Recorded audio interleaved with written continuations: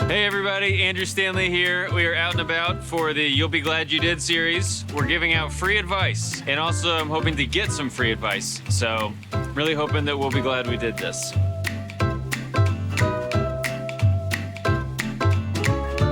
Hi.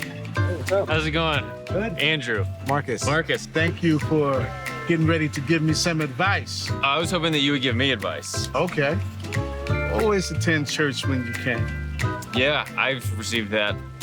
Have you always followed that? These days, with technology, you don't physically have to be at a church location.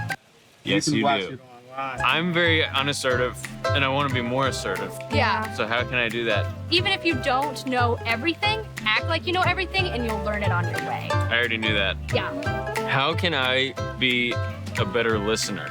You're good at that. Because That's I feel like awesome. listening is more like you have to talk enough in order to be able to listen. You have to know what questions. Because it's like I just like sometimes when I'm listening to somebody, I'm like I have a thought, I want to go ahead and say it, and I think maybe that is the right thing to do. Sometimes it's I think okay. that it's really about thinking what you're gonna say before the other person even finishes talking. But everybody's like, you gotta listen. And I'm like, but I'm too busy thinking.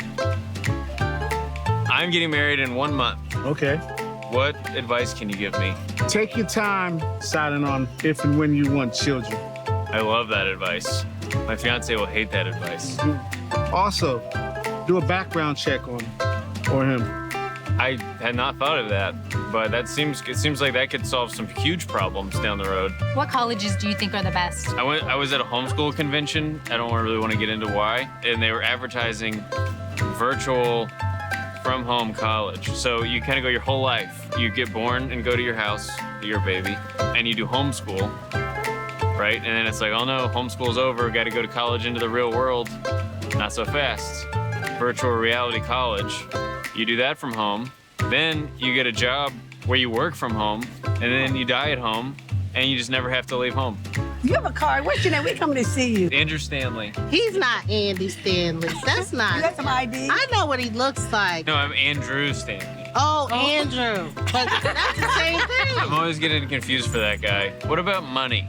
It's important to have money. It's I agree. important to save. It's important to use. So budget. You have to budget. You budgeted and you'll be glad you did. Yeah, because there's going to be rainy days, unfortunately. I know. Yeah. I know. Sometimes I look at my account and I'm like, oh, it's been a bunch of rainy days lately. I guess I gotta start doing some more gigs for my dad. You may have to budget a little bit more. So a couple of things about me that maybe you can relate to. I don't like to be told what to do. When things are my ideas, I don't mind doing them. But when I'm told that I need to do them, for some reason, I push back. I know that's immature, and you would think by now you would outgrow that, or I would outgrow that, but I haven't. And I don't like to be told I have to do something. Again, if it's my idea, but the moment somebody says, you have to do something, or we have to do this, or Sandra's like, tomorrow night we have to. As soon as I hear we have to, I push back. The other thing is I tend to think that my way is a better way of doing things, even when it's something I've never done before, which is very problematic. So all that to say, it means that I'm human.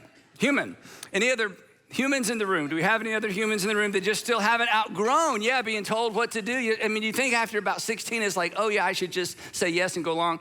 The other thing, maybe you can relate to this, is I don't like to read instructions, which means I have to redo things oftentimes, if they can even be redone after I have done them wrong, because I wouldn't read the instructions. It's why I can't cook.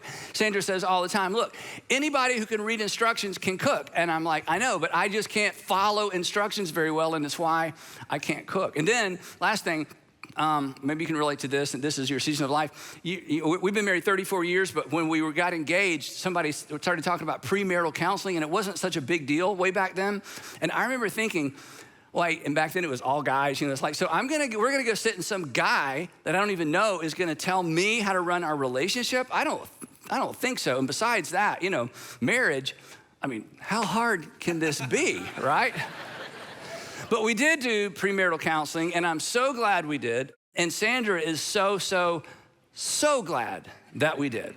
And today we are in part 2 of our series, You'll Be Glad You Did, Timeless Advice for Troubled Times. Now, we've all lived long enough, most of us are adults, we've lived long enough to have made some decisions and developed some habits, I should say, that we're glad we did. And we've also lived long enough to have made some bad decisions and developed some bad habits that we wish we hadn't. All of us have stories. All of us have stories that end with, I'm glad I did. All of us have stories that end with, I wish I had. We all have stories that end with, I'm glad I didn't. And we all have stories that end with, I wish I hadn't. So what we're doing in this series, if you missed part 1, is I'm just gonna give you, I'm offering unoriginal, all of this is unoriginal. I may have phrased it in new ways, but none of this is original with me. I'm offering unoriginal, you'll be glad you did advice. This is just advice. These are not moral imperatives or ethical imperatives. These are not rules to live by, but this advice, if you take it, will keep you from breaking some rules that have the potential to break you and have the potential to break your heart and have the potential to break the hearts of the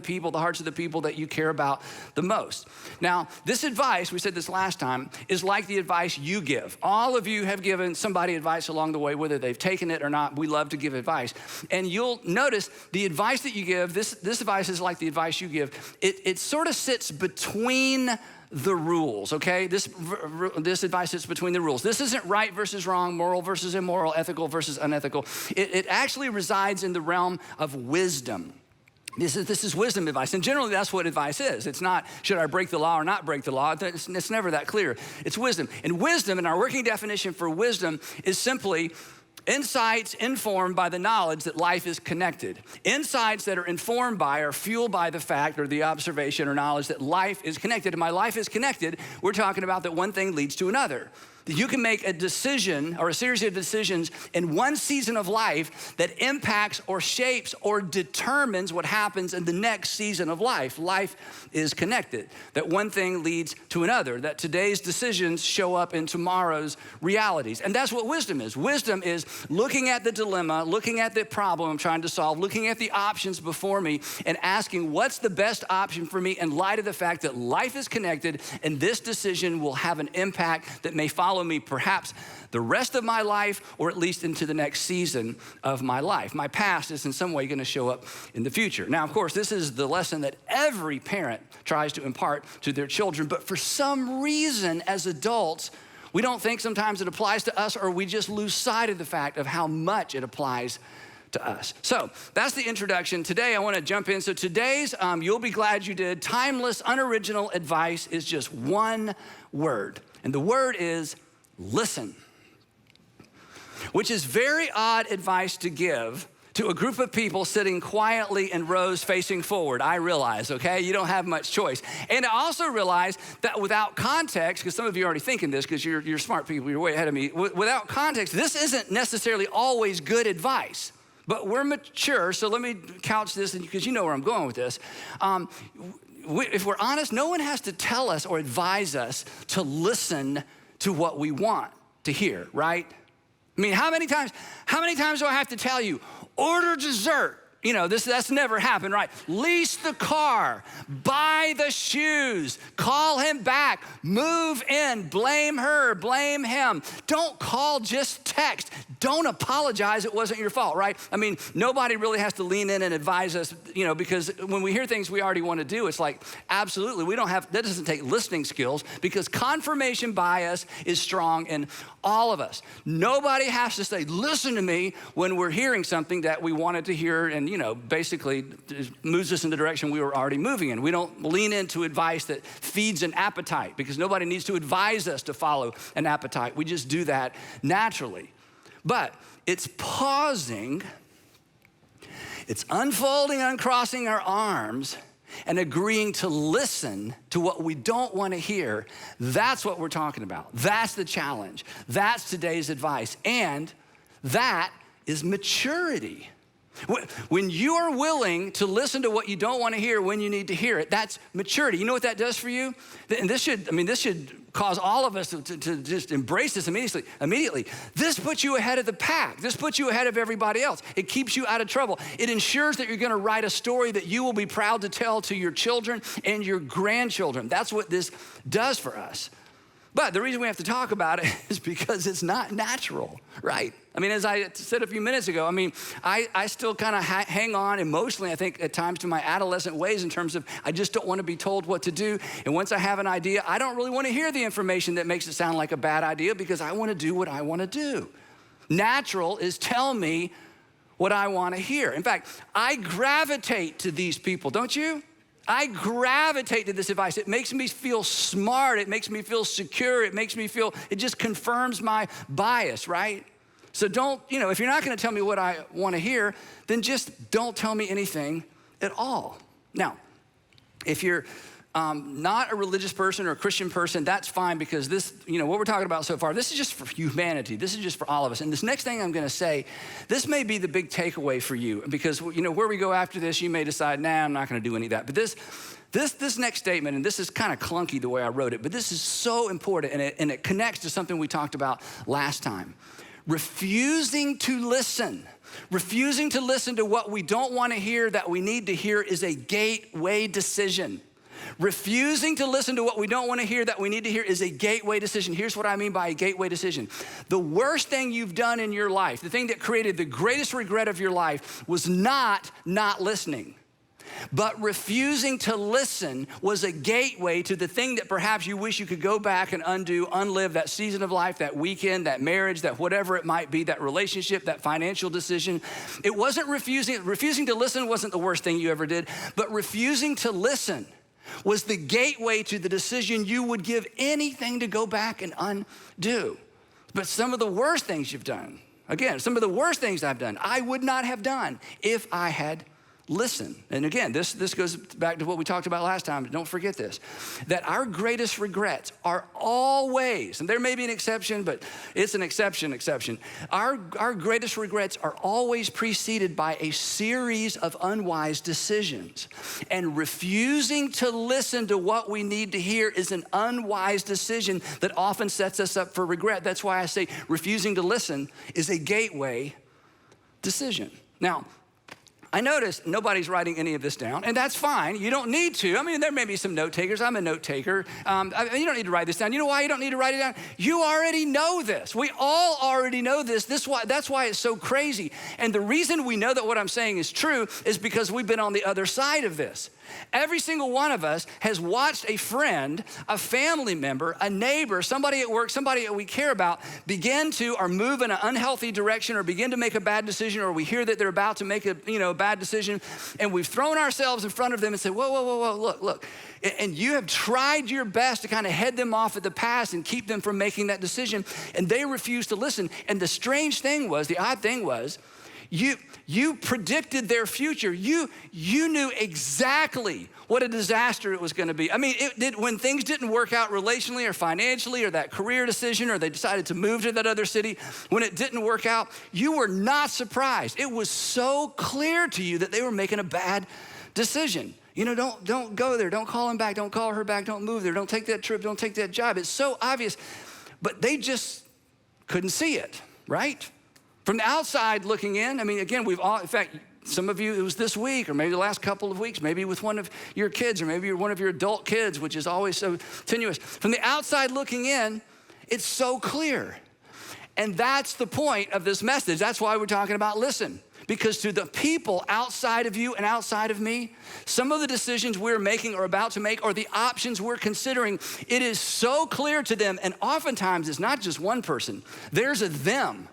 And they got together and they said, who's gonna tell him? And they're like, we're not gonna tell him. The last time we tried to tell him, he didn't speak to us for 2 weeks. In fact, I'm not sure he'll ever, I'm not sure he listens to anybody. I'm not sure she listens to anybody. But finally they sent somebody in, or somebody loves you enough. And they put your relationship with them on the line because they love you so much. And they tried to get in front of you and head you off at the pass again and tried to talk you out of something, because it was so clear to them. But it's never as clear to us. Because when we are in decision-making mode, when we're looking at options, especially as it relates to relationships and money are not emotionally neutral topics. Did you know that? Yes, they are not emotionally neutral topics. And once our appetites get involved in the decision-making process, it is almost game over because we just hyper-focus. There's all kinds of things that happen psychologically when there's something that we want. And we can't see clearly in our own decision-making process. We can't see clearly in our own lives, but usually there's somebody who can. And the wise man, the wise woman, regardless of their age or stage of life, is the one that is willing to uncross their arms and say, okay, I don't want to hear this, but go ahead and tell it to me anyway. If you'll stop, if you'll pause, if you'll listen, you'll be glad you did. When you hear yourself, I guess one way of saying it is this, when you hear yourself saying, or you catch yourself thinking, or you find yourself humming, I don't need you to worry for me because I'm all right. I don't want you to tell me it's time to come home. I don't care what you say anymore. This is what? This is my life. Go ahead with your own life. Leave me alone, okay? When you find yourself thinking any of those thoughts or humming any of those tunes, that is the time to tap the brakes. It is not the time to hit the accelerator. Now, some of you are thinking, Andy, how did you know? Who told you? Who told you? Who told you? Nobody told me. This is just the world we live in. This is all of us at some season of life. And for somebody today in the rooms with me or in the room with me or you're watching somewhere, I mean, this is exactly what's going on right now because your spouse has tried. Your fiance has tried. Your best friend has tried. Your roommate has tried. The guy at work, somebody who works for you, and it's so hard for them because you're the boss, you're the manager, you own the franchise, and yet they care so much about you, they have tried to say, hey, would you consider, and you've just shut them down. If there is somebody, come on, if there is somebody and you know in your heart of hearts, they have your best interest in mind, and there's something they're trying to communicate to you, just listen, because they may see something you can't see. And while you're listening, and while you've got your arms uncrossed, and while you're trying to be open, here's what you got to do in the meantime, or while that's going on. You got to pay attention to the tension. Because while they are saying things to you you don't want to hear, inside of you, inside of me, there's a tension. And you need to pay attention to that tension and ask yourself this question. What's really going on? Why am I resisting so hard? Why am I so angry? Why does this stir me up? This is a person that loves me. This is a person that cares about me. Here's somebody who's taken a relational risk to confront me or to tell me what I don't want to hear. What is going on inside of me? What's really going on inside of me? Because oftentimes it's an us thing. It's not a them thing. So listen. When King David, he was the second king of Israel, ancient Israel. When King David died, his son took the throne. You probably know this sequence of events if you grew up in church or around church or just ancient history. His son's name was Solomon. And when Solomon became the king, he was a whopping 20 years old. Prefrontal lobe development, and he is the king. Don't think too much about that, right? But fortunately for Solomon, he was smart enough to know and wise enough to know that he did not have what it took to be a king at 20. He was wise enough to recognize, and here's the key, and humble enough to admit he didn't know what he was doing, that he needed help.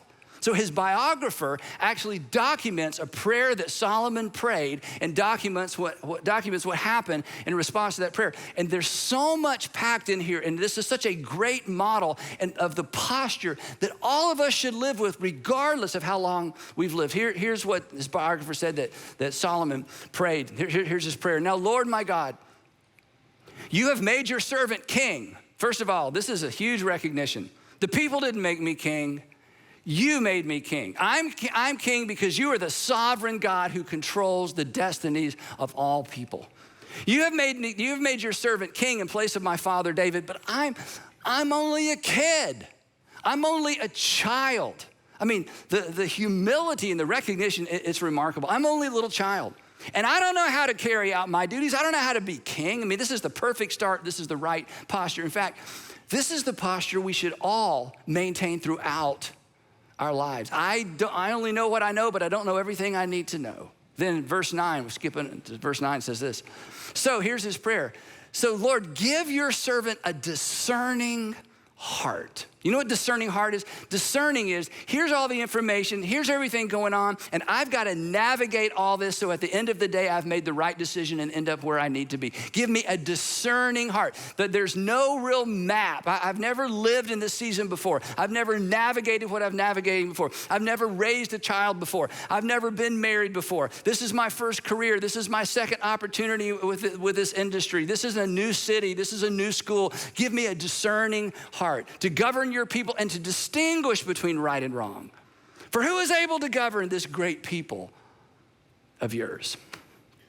And the result, the text says that God gave Solomon wisdom and very great insight and a breadth of understanding as measureless as the sand on the seashore. Now, just want to make one comment about this. This is so important.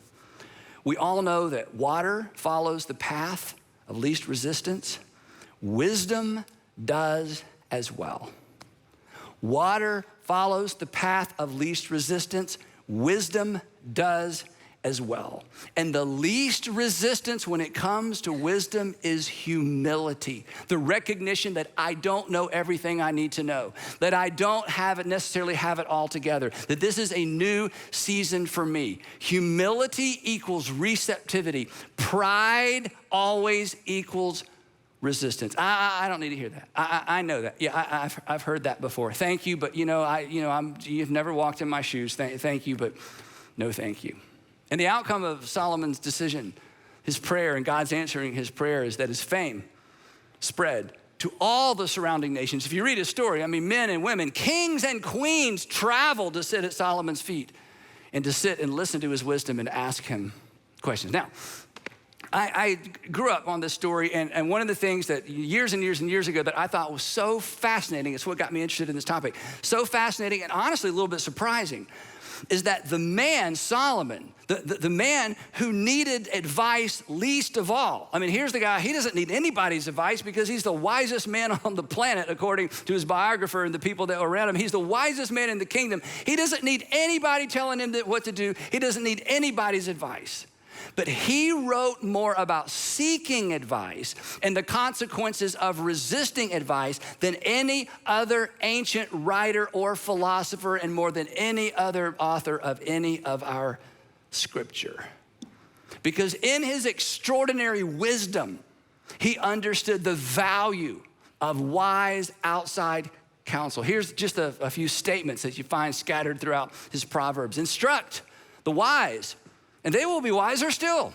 In other words, nobody's ever old enough and wise enough to not need outside counsel or not need outside input. That the wise person, this is important, the wise person is always a learner.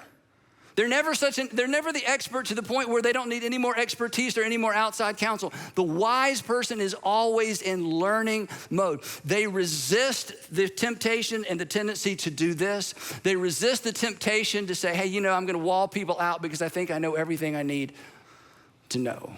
He says this, a wise person will hear an increase in learning, and a person of understanding, this is so powerful, will acquire or will seek wise counsel.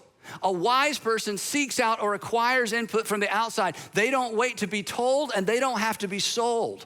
They don't wait to be told, they don't have to be sold. They actually seek it out. They actually invite it in. They ask for it. They don't wait for people to say, hey, I need to talk to you about something. It's real important. It's going to be a little bit awkward. You might get mad at me. They're like, no. I just bring it on. Now, here's an observation as it relates to input from the outside, okay? This is a little bit harsh, but when we don't want it, it's when we need it. Let me put it a different way. Do you know how to know? You know how you know when you need outside input? When you don't want it. The moment you don't want it, that's how you know you need it. I don't know if I really need outside input or not. Well, do you want it? No, you need it. That's how you know, okay? And again, when you think about those people that you tried to advise, that you tried to counsel, that you tried to get in the way and keep them from making a decision you knew they were gonna regret, they so needed it. But when they needed it, they didn't want it. It's when you don't want it is when you know you need it. And maybe that's you today. Maybe you're wondering, again, who told you? This is just common to all of us. And at least I can just speak for, me and my age and season of life. So far, it has not gone away. In fact, I don't even think it's any better. I have to resist and fight it every single time. Solomon continues. He says, this is harsh. The way of a fool is right in his own eyes.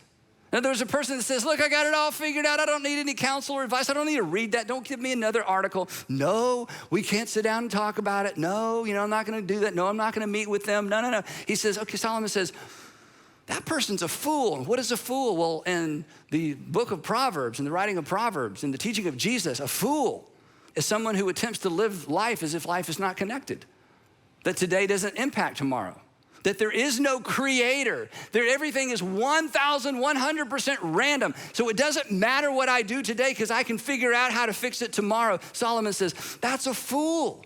Only a fool lives as if life isn't connected, that this season isn't gonna impact and shape and maybe determine the next. Did I mention? Well, let me read the rest of it. The way of a fool is right in his own eyes, but a person who listens to advice is wise. Again, I think this is worth going back to. I think I mentioned when we don't want it, it's when we need it. When we don't want it, it's when we need it. So let me just ask one more time before we move on. Are you in a place right now, in an arena of life, an area of life, financially, relationally, with your kids, one of your kids, with your husband, your wife, your fiance, you're thinking about getting married, you're thinking about moving, and you don't want it. You don't want to hear it. You need it. In fact, let me just ask you a different way. What do you intend to do that you don't intend to share because you don't want to hear? What are you intending to do that you don't intend to share because you don't want to hear? Because, and we've all been here, because we already know what they're going to say. And you just don't want to hear it. You don't want to hear it again. You don't want to hear it from somebody else. What are you planning right now, financially, relationally, professionally, academically, whatever it might be? What are you planning right now that you're not planning to share because you don't want to hear? Let me tell you what you're doing that you don't know you're doing. You are masterminding your own regret. You are planning a party you are not going to want to attend. You are planning. It's not accidental. When you get there, you can't say, I don't know how this happened. I can't believe this happened to me. How did I get here? No. You are planning it. You are planning it. Step number 1, I have a bad idea. Step number 2, I'm not going to share it with anybody. Step number 3, because I don't want to hear it, I'm going to do what I want to do. And then you're going to have a regret. And let me say one more thing about this. I know I'm really pushing.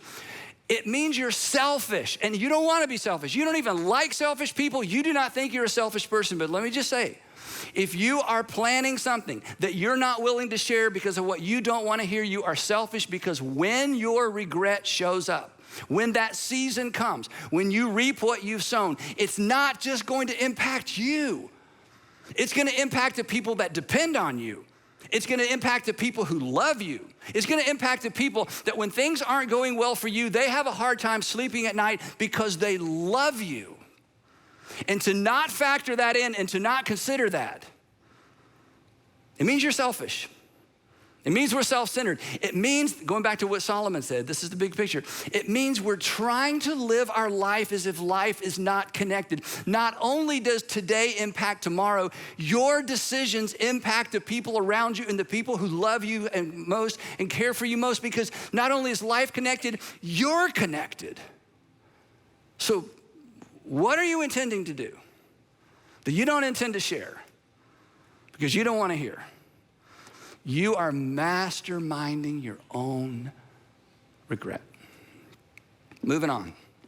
Plans fail. You've heard this one before, I bet. Plans, in fact, you may not have known this was in the Old Testament. Plans fail for lack of counsel, but with many advisors, they succeed. Do you want your plans to succeed? Do you want your marriage to succeed? Do you want your relationship with your children to succeed? Your relationship with your grandchildren? You want this new job to work? You want this second marriage to be the one? You want to get this right? Plans fail for lack of input, but they succeed with multitude of counselors. Here's another one. Listen to advice. Again, this is a hard one. Listen to advice and accept discipline. Do you know what discipline means in this context? It means correction. It means, hey, I'm gonna tell you what I'm thinking about doing, and I just want you to let me have it. Don't hold back. Well, I think that's a terrible idea. That's what I need to hear. I mean, I don't like it. It doesn't make me feel good. It makes me feel kind of stupid, but hey, I wanna hear it. Correction, pushback, feedback. But look at the promise. Listen to advice and accept discipline. And at the end, because see, life is connected. One thing leads to another. You don't live in isolation relationally. And as time goes on, all the dots get connected. And in the end, at the end, you will be counted among the wise. You know what this means? And this should appeal to your ego. It does to mine. In the end, you will appear smarter than you really are. That's very important to me, right? In fact, just a quick story, okay? I have benefited from this whole idea so much. I've benefited from this idea so much. And it's because early on in my life, I was exposed to this kind of teaching, and I just took it seriously. So throughout my life, I have just always tried to invite smarter people into the room anytime I'm making a decision. So for example, this impacts all of you, even if you aren't part of one of our churches. In our organization, we have a board, like we call them elders, but it's a board. They're my bosses. It's a group that they could meet this afternoon and fire me, come in here next week and say, hey, Andy's gone, sorry, you don't get to vote because it's a small group of people that controls my destiny, and that's how it should be. So we have a board that I answer to. Then we have another team, we call it a stewardship team. Their responsibility, these men and women look at the organization through the lens of just the finances of the organization. Then I have another group of people, our leadership team for the whole organization, their staff members. Then I have another leadership team for one of our campuses. And when I meet with people who do what I do, and we talk about structure, how you compare notes, in industry, how you do things. Whenever I explain this to people who do what I do, 100% of the time they say the same thing. They say, that's so many meetings. And I say, no.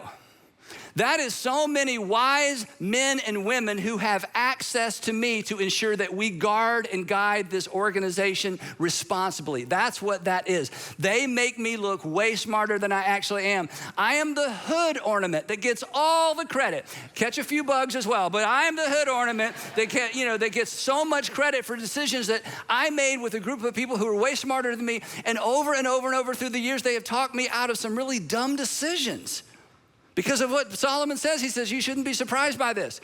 Listen to advice and accept discipline, accept correction, accept pushback, accept, you know what? That's just not a great idea, and here's why. And at the end, once your child's 17 or 18 and leaving home, in the end, when you finally find the person you want to spend the rest of your life with because you've navigated some that you probably shouldn't spend the rest of your life with, and the end of the process, you will be counted among the wise.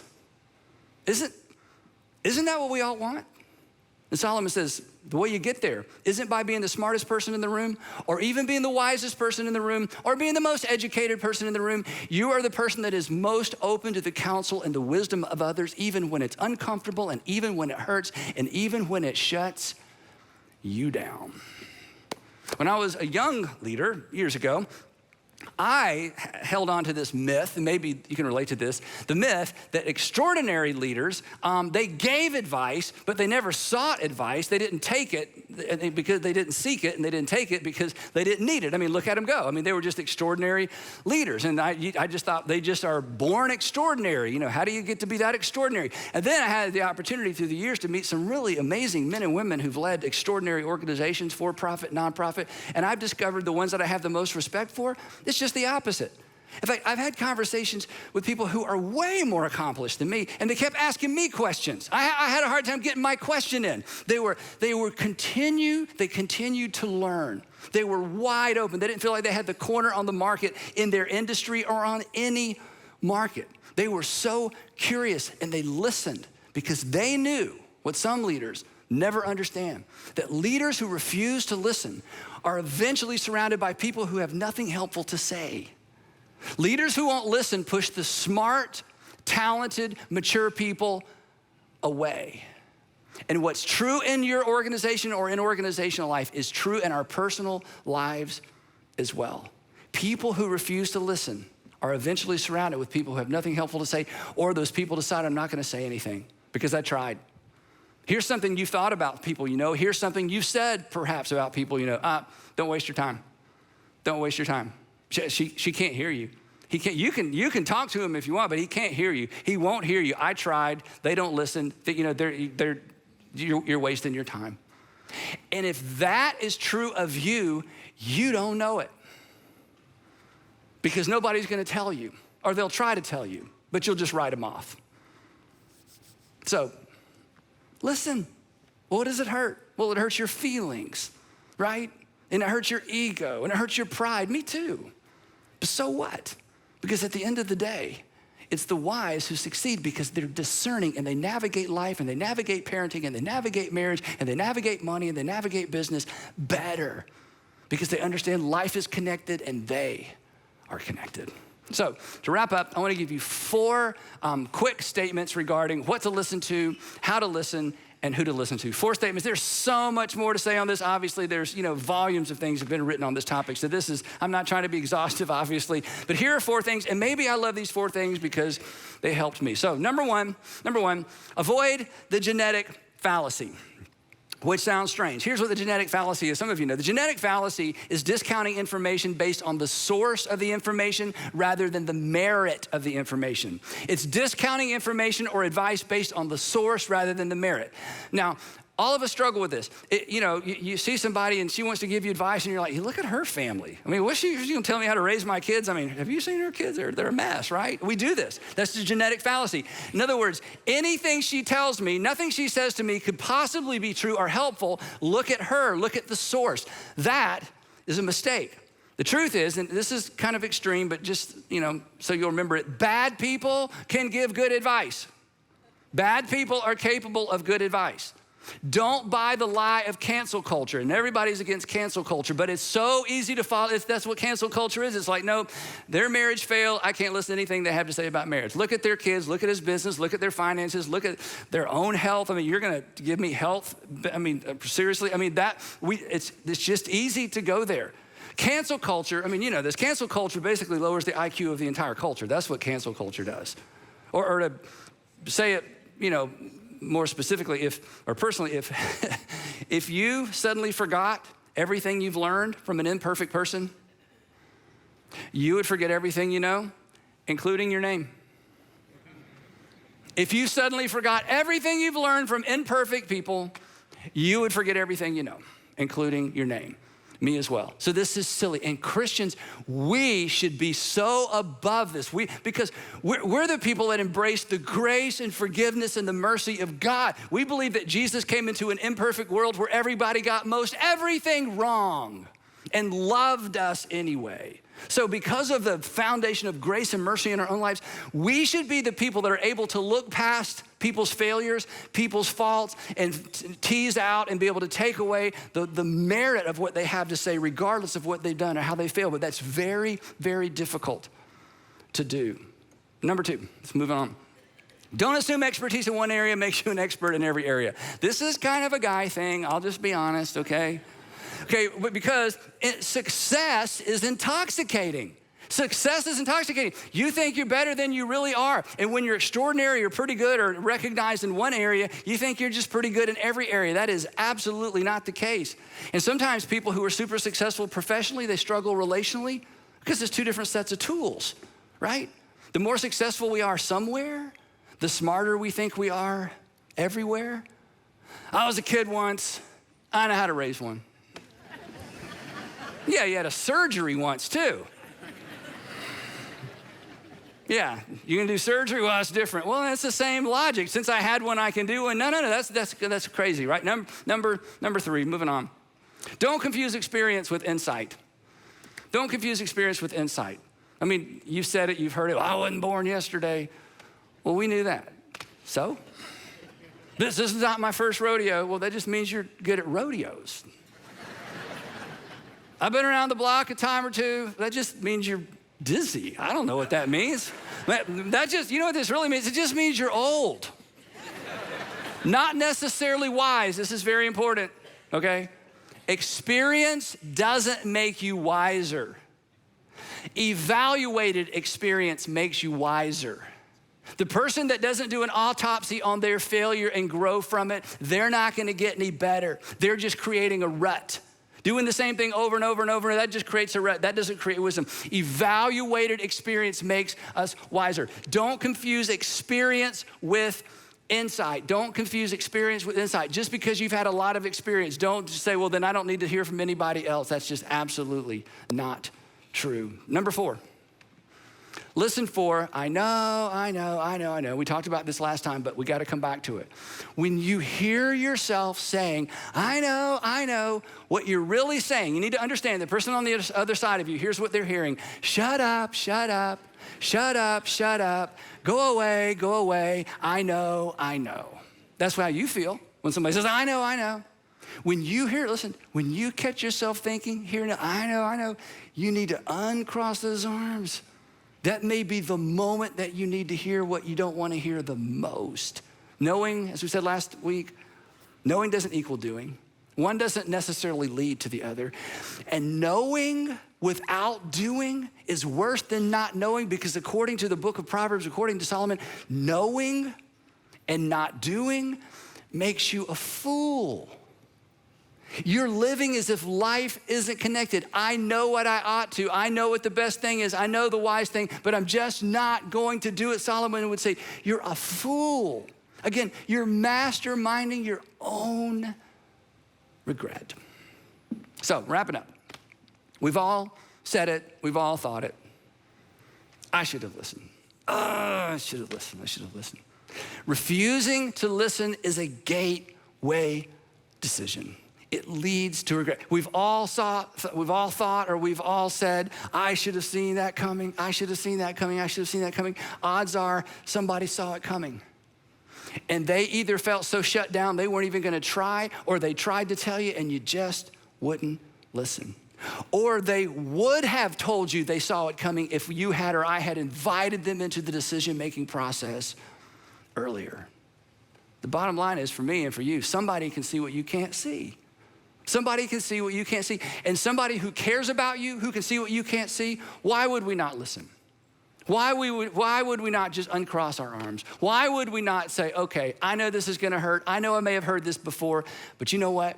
Just bring it on. So in the words of James, the brother of Jesus, he says we should be quick to listen and slow to speak. And if that becomes the habit of our lives, if that becomes the posture of our lives, we will be glad we did. And the people we love the most, and the people who depend on us the most, will be glad we did as well. And we will pick it up right there next time in part 3 of You'll Be Glad You Did, Timeless Advice for Troubled Times. Let's pray together. Heavenly Father, it's easy to stand up here and talk about, but my pride, it just rises up every time. It's so foolish. So Father, for the man or woman, they feel like, oh my goodness, who told him? I just give them the wisdom. Just give them the wisdom not to, close their computer, turn off their television, walk out of the building and just try to put this behind them. Give them the wisdom to embrace it, because who knows what's on the other side of that decision they're considering. Father, for those listening today who are like, oh, I'm so glad somebody else heard this, I pray that we would all pause and say, yeah, but what did I need to hear? So wherever this lands with us, give us the wisdom to know what to do, and give us the courage and the humility to do it. In Jesus' name, amen.